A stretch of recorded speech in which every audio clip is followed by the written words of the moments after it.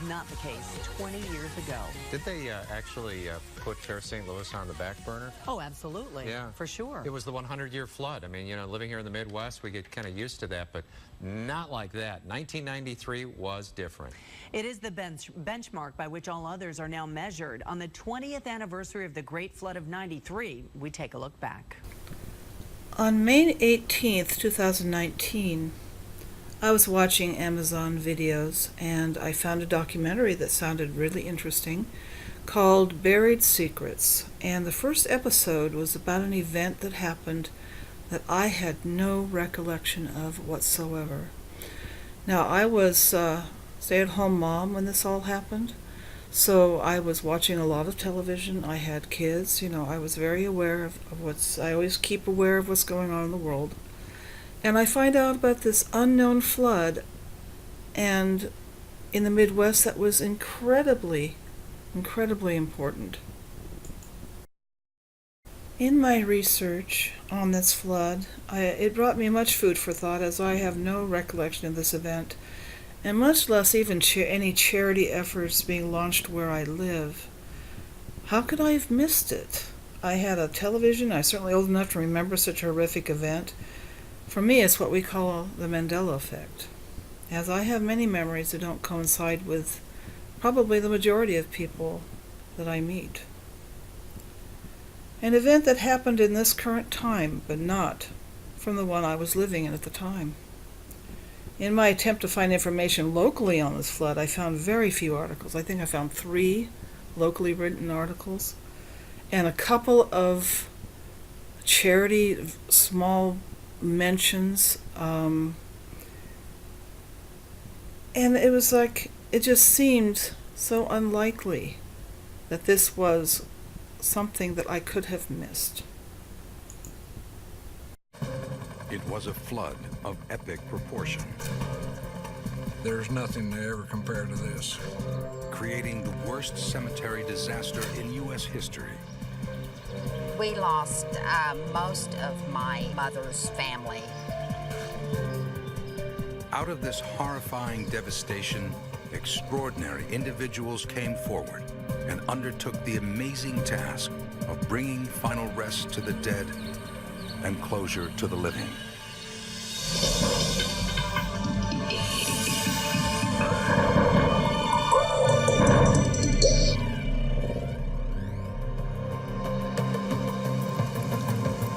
It was called the Great Flood of '93, one of the most costly and devastating floods to ravage the United States in modern history. It flooded 17 million acres over 9 Midwestern states, causing damages totaling more than $12 billion and killing 50 people in Missouri and Illinois. The flood was months in the making, beginning with a wet fall and culminating with torrential rains in the spring. By summer, some places experienced rainfall of up to 4 to 7 inches in 1 hour.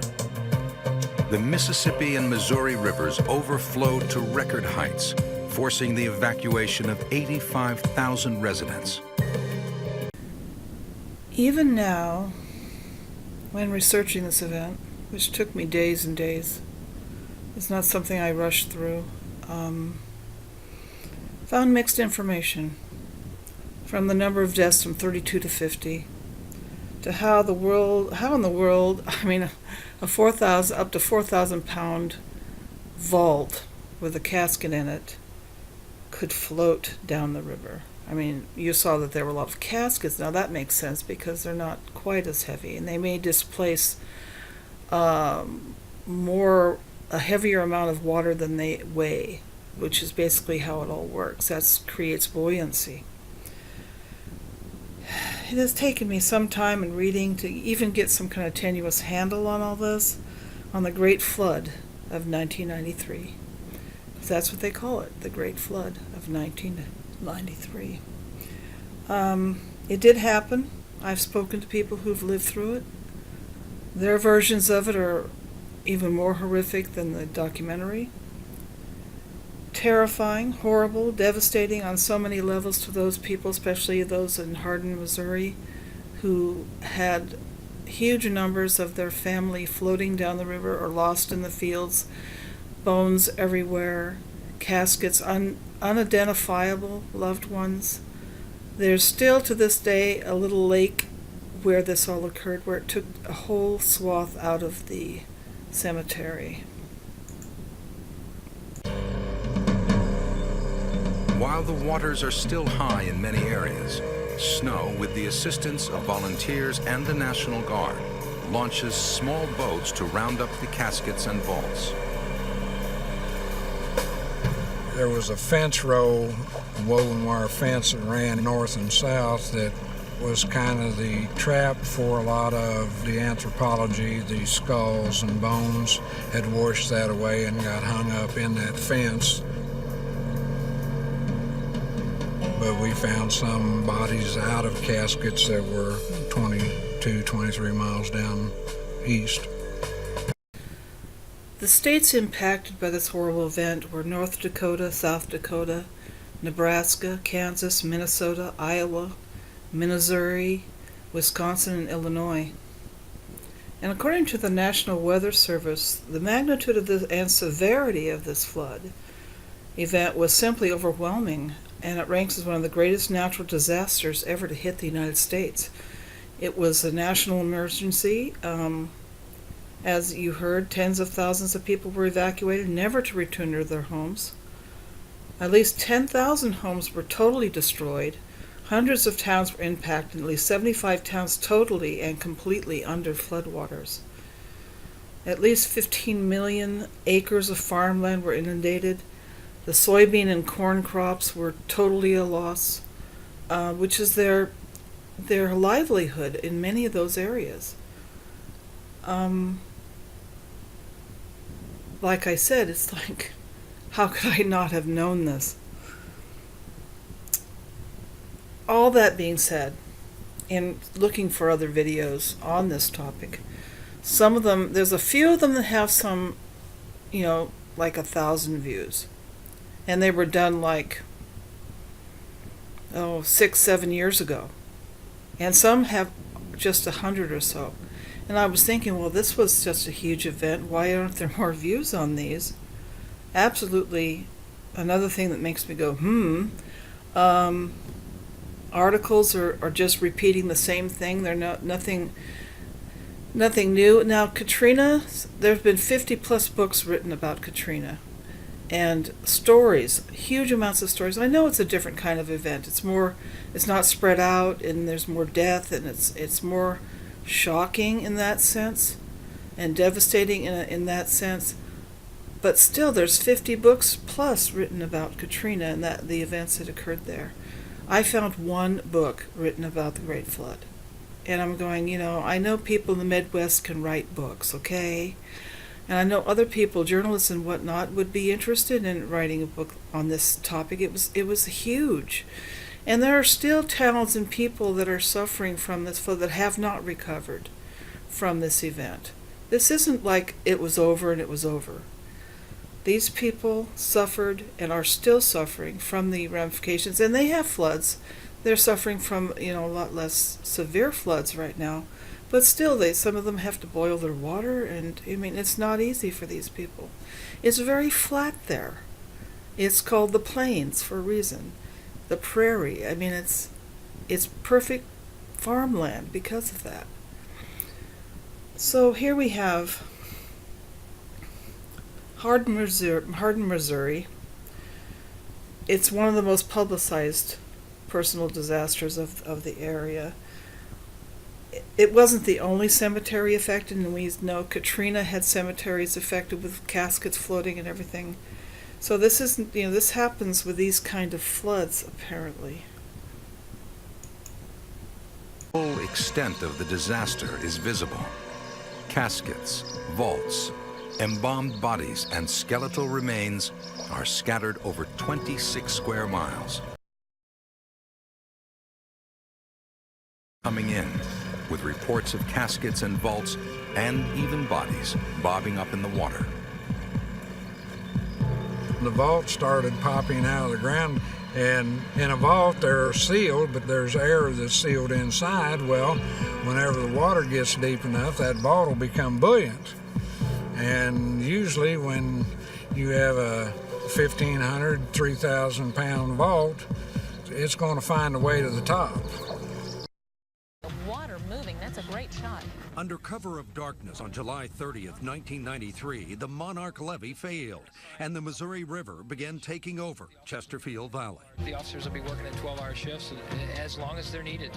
Daybreak turned fears into reality, revealing a graphic picture of the devastation. Some 250 businesses underwater, Highway 40 shut down. Car dealer Lou Fuse expected about 3 feet of water. Actually, right now, it's about 15 feet over the shoulder. There they got him. They have lifted the man out. A dramatic water rescue was caught on camera. Just one of many dramatic moments in an unforgettable summer. And it rained for a real long time. Torrential rains in spring and early summer of '93 set the stage, pounding ground already saturated from a wet fall and winter. The water had nowhere to go but into the rivers and streams which flowed through and eventually into our towns. I've never seen a river this high. No one expected this amount of water. Words heard often that summer as the Mississippi surged into Winfield and neighboring towns, and into Grafton, where the Great Flood covered the Great River Road like never before. This is too much hardship for people to go through time and again. The swollen Missouri and Mississippi rivers overlapped and inundated Portage de Sioux. The only way in was by boat, and that wasn't always easy, as my photographer and I learned when we got caught in a storm offshore. Sandbag lines were a common sight, people working shoulder to shoulder to protect their properties and their towns. It's hot, it's heavy, but it feels good because you know you're helping your neighbor. There were a lot of everyday heroes, but also a few villains after the Missouri River ravaged this mobile home park in St. Charles. So are you worried about looting or? Yeah, we know there's people looting. My husband and my brothers caught them. And a man went to prison for deliberately punching a hole in a levee in West Quincy, Missouri. 14,000 acres of farmland went under. Emotions ran the gamut, from fear of uncertainty to the certainty of tremendous loss. This couple's home was wiped out in West Alton. I guess you're only given what you can take. But after a while, you get to where you can't take anymore. Where the cemetery was, right in the middle of it, appeared a 30-foot lake with some, I understand, like 500 bodies that were lost, of loved ones that were buried there. The history of this cemetery goes from like 1818 to current time. And this is an area in Hardin, there's like less than 600 people, still a small town, where everybody knows everybody and everyone has family in the cemetery. And here's a picture of stones that they collected and found that they didn't know where whose body it was that belonged under them. So people just come and put flowers in front of the headstone because they can't pay their respects to their family anymore. One man and his wife had lost a baby, newborn, and he rushes to see after, he hears word that something's impacted the cemetery. And he's heartbroken to see that where his baby was is a big lake of water. And he had to go tell his wife. And fortunately, they did find his baby because they had put identifiable things in the little casket, and the casket survived this horrific event. Bones were scattered over several square miles, as you saw, and people were finding them in their fields. And the forensic people would collect them. They'd put the femurs in one pile, the skulls in another. It was kind of morbid, but yet kind of necessary, so they could make some kind of identification whenever possible.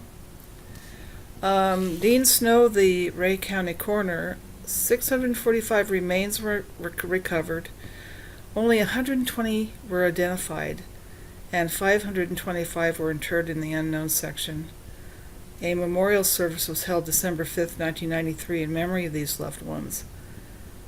So the traditions of visiting your loved one was ruined for many, and one woman said that her mother passed before her time from the stress of it all.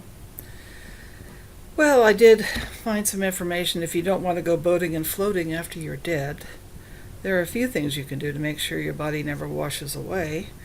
Cremation is one, of course, and that depends on your religious beliefs. Green burial, you can be a tree. Don't use a sealing casket. The ones that bobbed up and floated were sealed. Or you can tie your vault to an anchor. Yes, that's what I found. You can tie your vault to an anchor. I'm going, seriously? Okay. I'm sure that when they put their loved one in a 2,000 to 4,000 pound vault, they figured it wouldn't float away no matter what happened. Water has a density of 62.5 pounds per square foot. If the weight of the object weighs less than the area of water it displaces, it floats. And I calculated a few of the weights of standard sizes of concrete burial vaults, and the buoyant force would be 1,032 pounds, which is much less than the weight of most vaults. So I have no idea how this physics works now, or if I did the calculations right. But I have talked to people that really don't believe this is possible, that these hugely heavy vaults could float under any circumstances. Happened at Katrina as well, as I said.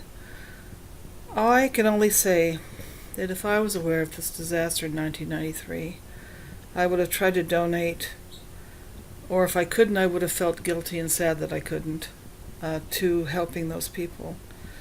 I know during Katrina there were drives and donation sites everywhere, in the stores, everywhere you went, and for people to help in any way they could. This is a huge historical event.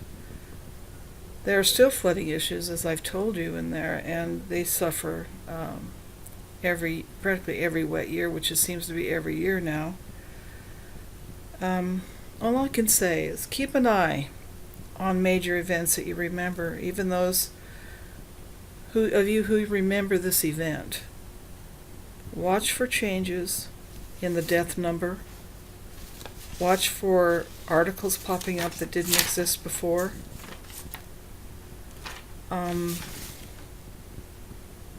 Like I said, it's already, discrepancy is 32 to over 50. To be honest, this information is somewhat limited and just repeated the same way with every article, like I said. That's my son laughing in the background. Not one would expect from such a major event involving so many people. So what do we do now? Watch for different government responses in the history. Watch for different changes in the backstory. Things may have changed. You're not aware of it. Be aware. Be alert. Be open to possibilities. I am sure this story is not over yet.